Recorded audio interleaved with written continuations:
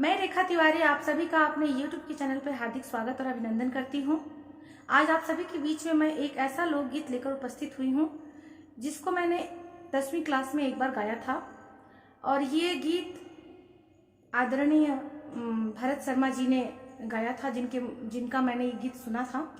और तब मुझे पता नहीं था कि इस तरह का इंसिडेंट मैं भी अपने जीवन में किसी का देखूंगी या सुनूंगी, और मेरे ससुराल पक्ष में ही ऐसा एक इंसिडेंट मुझे सुनने को मिला। तो आशा करती हूँ कि आपको ये गीत सुन के अच्छा लगेगा और आप ढेर सारा कमेंट और प्यार करते रहिए मुझे।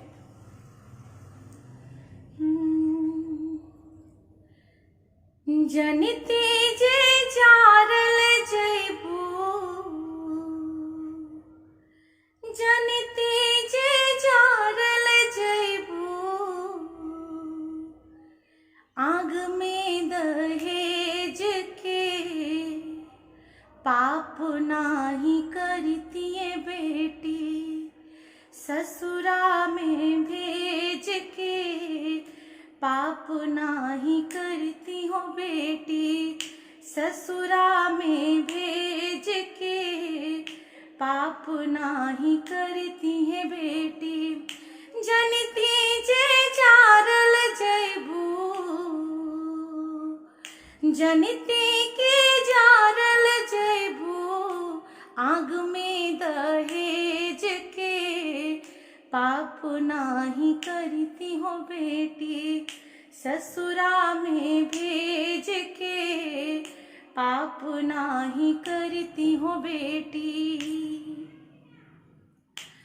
कटले तू होई बुरनिया, बड़ा ले विपत्तिया, कटले तू होई बुरनिया, बड़ा रे विपत्तिया, रोवते बितल होई दिनवा रतिया, रोवते बितल होई दिनवा रतिया, माई कही के कुहकल होइबू, माई कही के कुहकल होइबू, दुखवांगे चके पाप नाही करती बेटी, ससुरा में भेज के पाप नाही करती हो बेटी।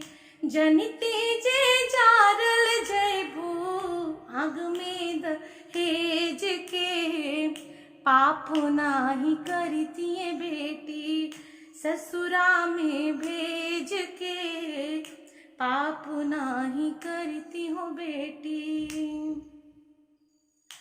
का कही बबूनी हो अपना नसीब के, बेटी हो के काहे आइलू घर में गरीब के, का कही बबूनी हो अपना नसीब के, बेटी हो के काहे आइलू घर में गरीब के, जियते मुआई दिहलू,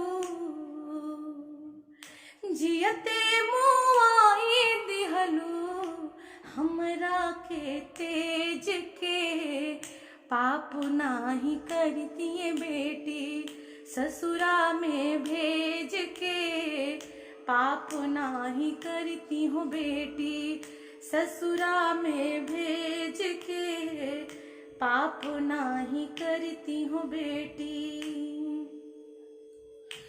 करती बियाह नाही रही तू कुमारी, करती बियाह नाही रखती कुंवारी, सुनी लेती सही लेती लोगवन की गारी, सुनी लेती सही लेती लोगवन की गारी, अलगाना होके दिहती,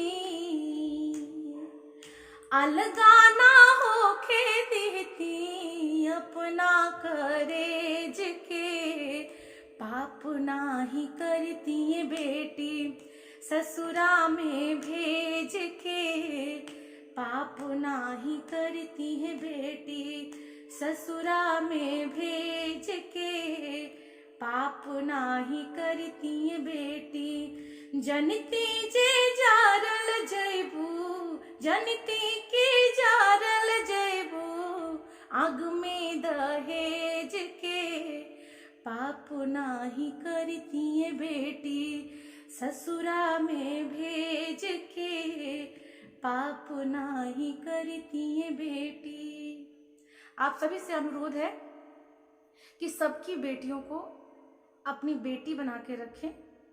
प्लीज इस प्रथा को मिटाएं, जड़ से मिटाएं।